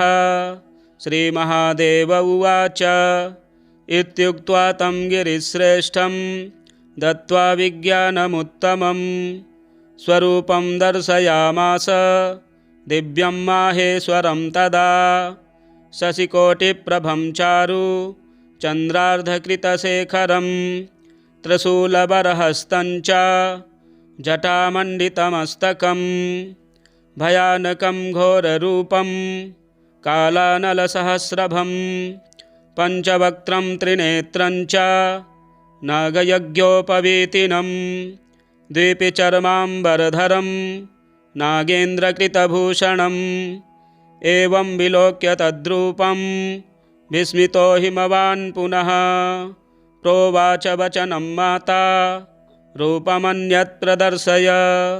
ततः संहृत्य तद्रूपं दर्शयामास तत्क्षणात् रूपमन्यन्मुनिश्रेष्ठ विश्वरूपा सनातनी शरच्चन्द्रनिभं चारु मुकुटोज्ज्वलमस्तकं शङ्खचक्रगदापद्म हस्तं नेत्रत्रयोज्ज्वलं दिव्यमाल्याम्बरधरं दिव्यगन्धानुलेपनं योगीन्द्रवृन्दसंवन्द्यं सुचारुचरणाम्बुजं सर्वतः पाणिपादं च सर्वतोक्षिशिरोमुखं दृष्ट्वा तदेतत्परमं रूपं सा हिमवान् पुनः प्रणम्य तनयां प्राह विस्मयोत्फुल्ललोचनः। हिमालय उवाच मातस्तवेदं परमं रूपमैश्वरमुत्तमं विस्मितोऽस्मि समालोक्य रूपमन्यत्र दर्शय। त्वं यस्य सोह्यशोच्यो हि धन्यश्च परमेश्वरी अनुगृहीष्व मातर्मां कृपया त्वां नमो नमः। श्रीमहादेव उवाच इत्युक्ता सा तदा पित्रा शैलराजेन पार्वती तद्रूपमपि संहृत्य दिव्यं रूपं समादधे नीलोत्पलदलश्यामं वनमालाविभूषितं शङ्खचक्रगदापद्ममभिव्यक्तं चतुर्भुजम् एवं विलोक्य तद्रूपं शैलानामधिपस्ततः कृताञ्जलिपुटः स्थित्वा हर्षेण महतायुतः स्तोत्रेणानेन तां देवीं तुष्टाव परमेश्वरीं सर्वदेवमयीमाद्यां ब्रह्मविष्णुशिवात्मिकां। हिमालय उवाच मातः सर्वमयी प्रसीद परमे विश्वेशि विश्वाश्रये त्वं सर्वं न हि किञ्चिदस्ति भुवने तत्त्वं त्वदन्यक्षिवे त्वं विष्णुर्गिरिशस्त्वमेव नितरां धातासि शक्तिः परा किं वर्ण्यं चरितं त्वचिन्त्य चरिते ब्रह्माद्यगम्यं मया त्वं स्वाहाखिलदेवतृप्तिजननी विश्वेशि त्वं वै स्वधा पितॄणामपि तृप्तिकारणमसि त्वं देवदेवात्मिका हव्यं कव्यमपि त्वमेव नियमो यज्ञस्तपो दक्षिणा त्वं स्वर्गादिफलं समस्तफलदे देवेशि तुभ्यं नमः। रूपं सूक्ष्मतमं परात्परतरं यद्योगिनो विद्यया शुद्धं ब्रह्ममयं वदन्ति परमं मातः सुदृप्तं तव वाचा दुर्विषयं मनोतिगमपि त्रैलोक्यबीजं शिवे भक्त्याहं प्रणमामि देवि वरदे विश्वेश्वरी त्राहि माम्। उद्यत्सूर्यसहस्रभां मम गृहे जातां स्वयं लीलया देवीमष्टभुजां विशालनयनां बालेन्दुमौलिं शिवाम्। उद्यत्कोटिशशाङ्ककान्तिनयनां बालां त्रिनेत्रां परां भक्त्या त्वां प्रणमामि विश्वजननी देवी प्रसीदाम्बिके।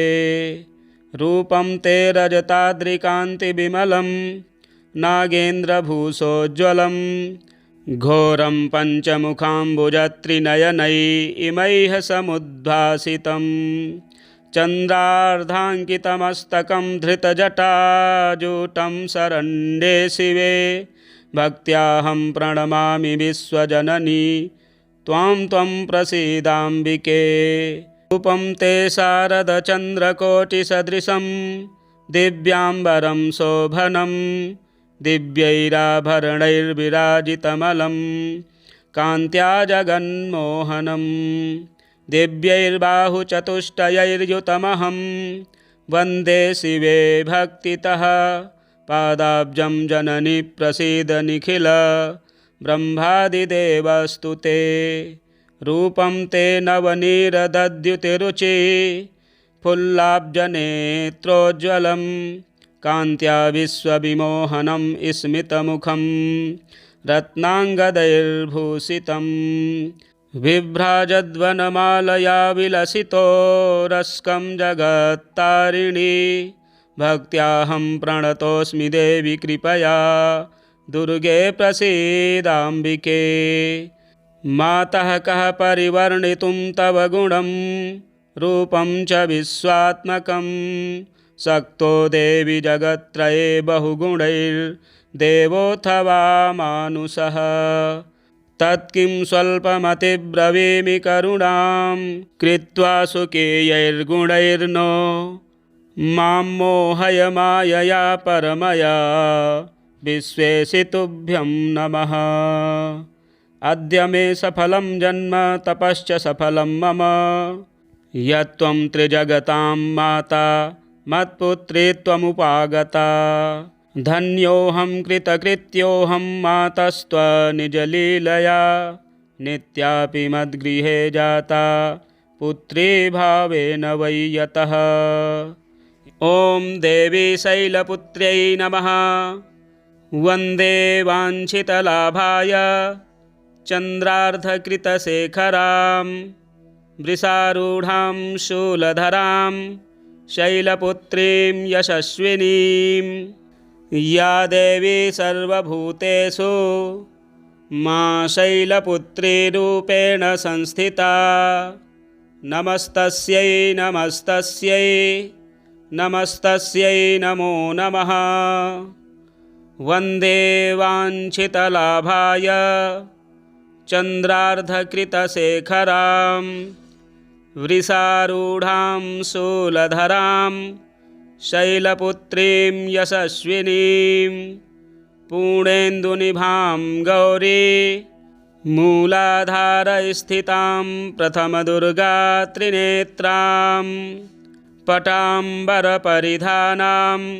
रत्नाकिरीटानामालङ्कारभूषिता प्रफुल्लवन्दना पल्लवाधरां कान्तकपोलां तुगं कुचां कमनीयां लावण्यां स्नेमुखे क्षीणमध्यां नितम्बनीं प्रथमदुर्गा त्वं हि भवसागरः तारणीं धन ऐश्वर्यदायिनी शैलपुत्री प्रणमाम्यहं त्रिलोचननी त्वं हि परमानन्दप्रदीयमान् सौभाग्यारोग्यदायिनी शैलपुत्री प्रणमाम्यहं चराचरेश्वरी त्वं हि महामोहविनाशिनीं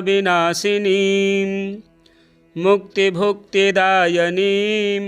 शैलपुत्री प्रणमाम्यहम् ओंकारः मे शिरः पातु मूलाधारनिवासिनी हीङ्कारः पातु ललाटे बीजरूपा महेश्वरी श्रींकार पातु वदने लावण्या महेश्वरी हुंकार पातु हृदयं तारिणी शक्तिस्वघृता फट्कार पातु सर्वांगे सर्वसिद्धिफलप्रदा हिमालयराजकृता शैलपुत्री स्तुतिः हिमालय उवाच मातस्त्वं कृपया गृहे मम सुता जातासि नित्यापि यद्भाग्यं मे बहुजन्मजन्मजनितं मन्ये महत्पुण्यदं दृष्टं रूपमिदं परात्परतरां मूर्तिं भवान्या अपि माहेशीं प्रतिदर्शयासु कृपया विश्वेशि तुभ्यं नमः। श्रीदेव्युवाच ददामि चक्षुस्ते दिव्यं पश्य मे रूपमैश्वरं छिन्धिहृत्संशयं विद्धि सर्वदेवमयीं पितः।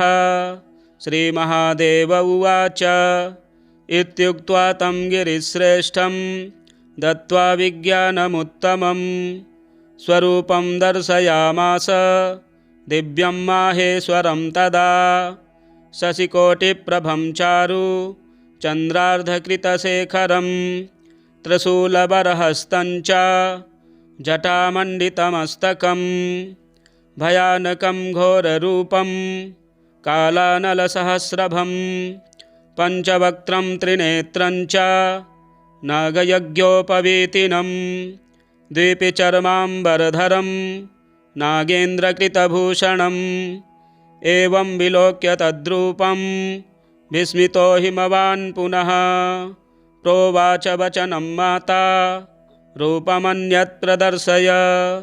ततः संहृत्य तद्रूपं दर्शयामास तत्क्षणात् रूपमन्यन्मुनिश्रेष्ठ विश्वरूपा सनातनी शरच्चन्द्रनिभं चारु मुकुटोज्ज्वलमस्तकं शङ्खचक्रगदापद्म हस्तं नेत्रत्रयोज्ज्वलं दिव्यमाल्याम्बरधरं दिव्यगन्धानुलेपनं योगीन्द्रवृन्दसम्बन्ध्यं सुचारुचरणाम्बुजं सर्वतः पाणिपादं च सर्वतोक्षिशिरोमुखं दृष्ट्वा तदेतत्परमं रूपं सा हिमवान् पुनः प्रणम्य तनयां प्राह विस्मयोत्फुल्ललोचनः। हिमालय उवाच मातस्तवेदं परमं रूपमैश्वरमुत्तमं विस्मितोऽस्मि समालोक्य रूपमन्यत्र दर्शय। त्वं यस्य सोह्यशोच्यो हि धन्यश्च परमेश्वरी अनुगृहीष्व मातर्मां कृपया त्वां नमो नमः। श्रीमहादेव उवाच इत्युक्ता सा तदा पित्रा शैलराजेन पार्वती तद्रूपमपि संहृत्य दिव्यं रूपं समादधे नीलोत्पलदलश्यामं वनमालाविभूषितं शङ्खचक्रगदापद्ममभिव्यक्तं चतुर्भुजम् एवं विलोक्य तद्रूपं शैलानामधिपस्ततः कृताञ्जलिपुटः स्थित्वा हर्षेण महतायुतः स्तोत्रेणानेन तां देवीं तुष्टाव परमेश्वरीं सर्वदेवमयीमाद्यां ब्रह्मविष्णुशिवात्मिकां।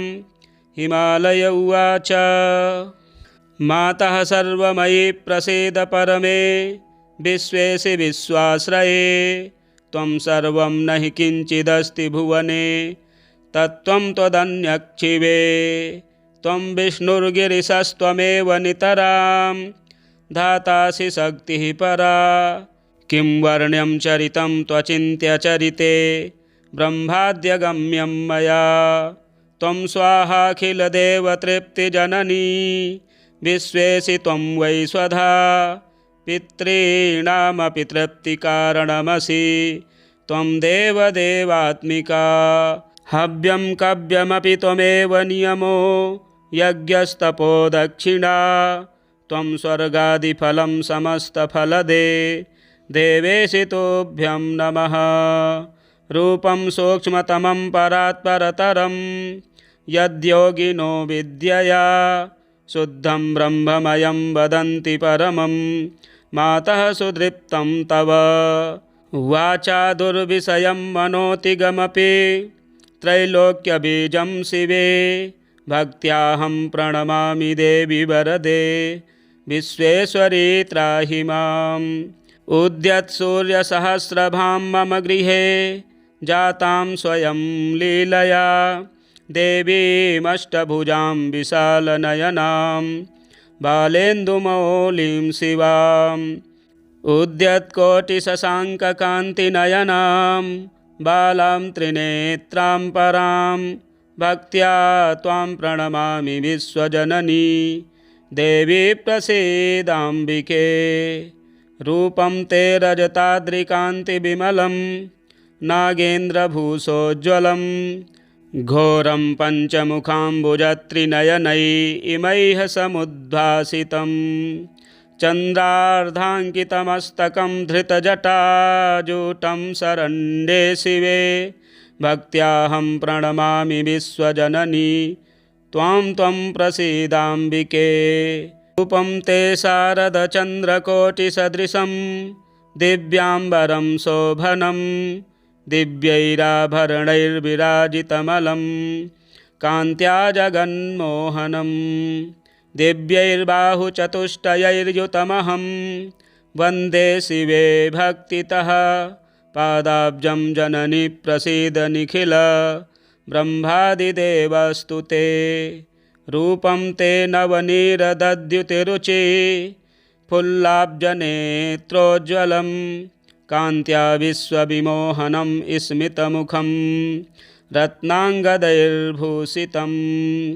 बिभ्राजद्वनमालया विलसितो रस्कं जगत्तारिणी भक्त्याहं प्रणतोऽस्मि देवि कृपया दुर्गे प्रसीदाम्बिके मातः कः परिवर्णितुं तव गुणं रूपं च विश्वात्मकं शक्तो देवि जगत्त्रये बहुगुणैर्देवोऽथवा मानुषः तत्किं स्वल्पमतिब्रवीमि करुणां कृत्वा सुकेयैर्गुणैर्नो मां मोहय मायया परमया विश्वेशि तुभ्यं नमः अद्य मे सफलं जन्म तपश्च सफलं मम यत्त्वं त्रिजगतां माता मत्पुत्री त्वमुपागता धन्योऽहं कृतकृत्योऽहं मातस्त्वनिजलीलया नित्यापि मद्गृहे जाता पुत्री भावेन वै यतः ॐ देवी शैलपुत्र्यै नमः वन्दे वाञ्छितलाभाय चन्द्रार्धकृतशेखरां वृषारूढां शूलधरां शैलपुत्रीं यशस्विनीं या देवी सर्वभूतेषु मां शैलपुत्रीरूपेण संस्थिता। नमस्तस्यै नमस्तस्यै नमस्तस्यै नमो नमः। वन्दे वाञ्छितलाभाय चन्द्रार्धकृतशेखरां वृषारूढां शूलधरां शैलपुत्रीं यशस्विनीं पूर्णेन्दुनिभां गौरी मूलाधारस्थितां प्रथमदुर्गा त्रिनेत्रां पटाम्बरपरिधानां रत्नाकिरीटानामालङ्कारभूषिता प्रफुल्लवन्दना पल्लवाधरां कान्तकपोलां तुगं कुचां कमनीयां लावण्यां स्नेमुखे क्षीणमध्यां नितम्बनीं प्रथमदुर्गा त्वं हि भवसागरः तारणीं धन ऐश्वर्यदायिनी शैलपुत्री प्रणमाम्यहम्। त्रिलोचननी त्वं हि परमानन्दप्रदीयमान् सौभाग्यारोग्यदायिनी शैलपुत्री प्रणमाम्यहम्। चराचरेश्वरी त्वं हि महामोहविनाशिनीं मुक्तिभुक्तिदायिनीं शैलपुत्री प्रणमाम्यहम्। ओंकारः मे शिरः पातु मूलाधारनिवासिनी हीङ्कारः पातु ललाटे बीजरूपा महेश्वरी श्रींकार पातु वदने लावण्या महेश्वरी हुंकार पातु हृदयं तारिणी शक्तिस्वघृता फट्कार पातु सर्वांगे सर्वसिद्धिफलप्रदा। हिमालयराजकृता शैलपुत्री स्तुतिः। हिमालय उवाच मातस्त्वं कृपया गृहे मम सुता जातासि नित्यापि यद्भाग्यं मे बहुजन्मजन्मजनितं मन्ये महत्पुण्यदं दृष्टं रूपमिदं परात्परतरां मूर्तिं भवान्या अपि माहेशीं प्रतिदर्शयासु कृपया विश्वेशि तुभ्यं नमः। श्रीदेव्युवाच ददामि चक्षुस्ते दिव्यं पश्य मे रूपमैश्वरं छिन्धिहृत्संशयं विद्धि सर्वदेवमयीं पितः। श्रीमहादेव उवाच इत्युक्त्वा तं गिरिश्रेष्ठं दत्त्वा विज्ञानमुत्तमं स्वरूपं दर्शयामास दिव्यं माहेश्वरं तदा।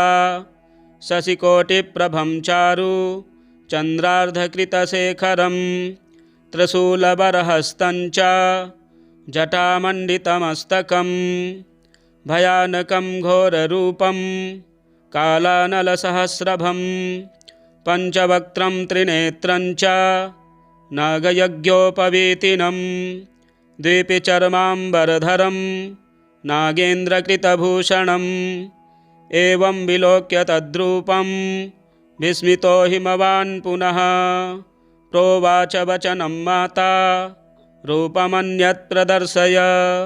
ततः संहृत्य तद्रूपं दर्शयामास तत्क्षणात् रूपमन्यन्मुनिश्रेष्ठ विश्वरूपा सनातनी शरच्चन्द्रनिभं चारु मुकुटोज्ज्वलमस्तकं शङ्खचक्रगदापद्म हस्तं नेत्रत्रयोज्ज्वलं दिव्यमाल्याम्बरधरं दिव्यगन्धानुलेपनं योगीन्द्रवृन्दसम्बन्ध्यं सुचारुचरणाम्बुजं सर्वतः पाणिपादं च सर्वतोक्षिशिरोमुखं दृष्ट्वा तदेतत्परमं रूपं सा हिमवान् पुनः प्रणम्य तनयां प्राह विस्मयोत्फुल्ललोचनः हिमालय उवाच मातस्तवेदं परमं रूपमैश्वरमुत्तमं विस्मितोऽस्मि समालोक्य रूपमन्यत्र दर्शय। त्वं यस्य सोह्यशोच्यो हि धन्यश्च परमेश्वरी अनुगृहीष्व मातर्मां कृपया त्वां नमो नमः।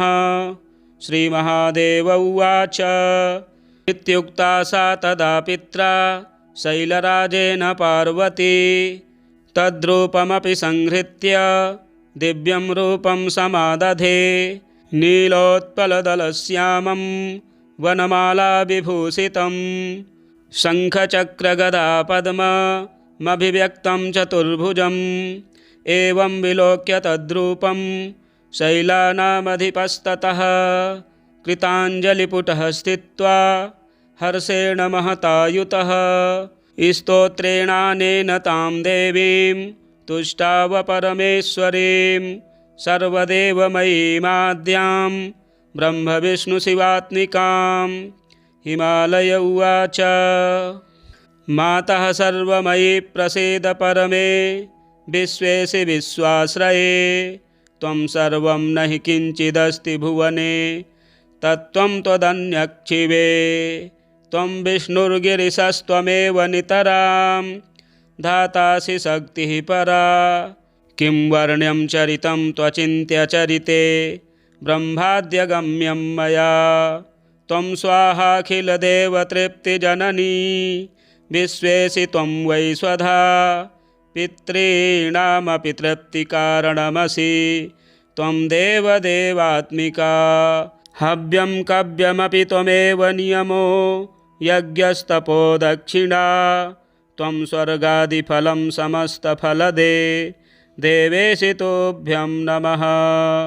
रूपं सूक्ष्मतमं परात्परतरं यद्योगिनो विद्यया शुद्धं ब्रह्ममयं वदन्ति परमं मातः सुदृप्तं तव।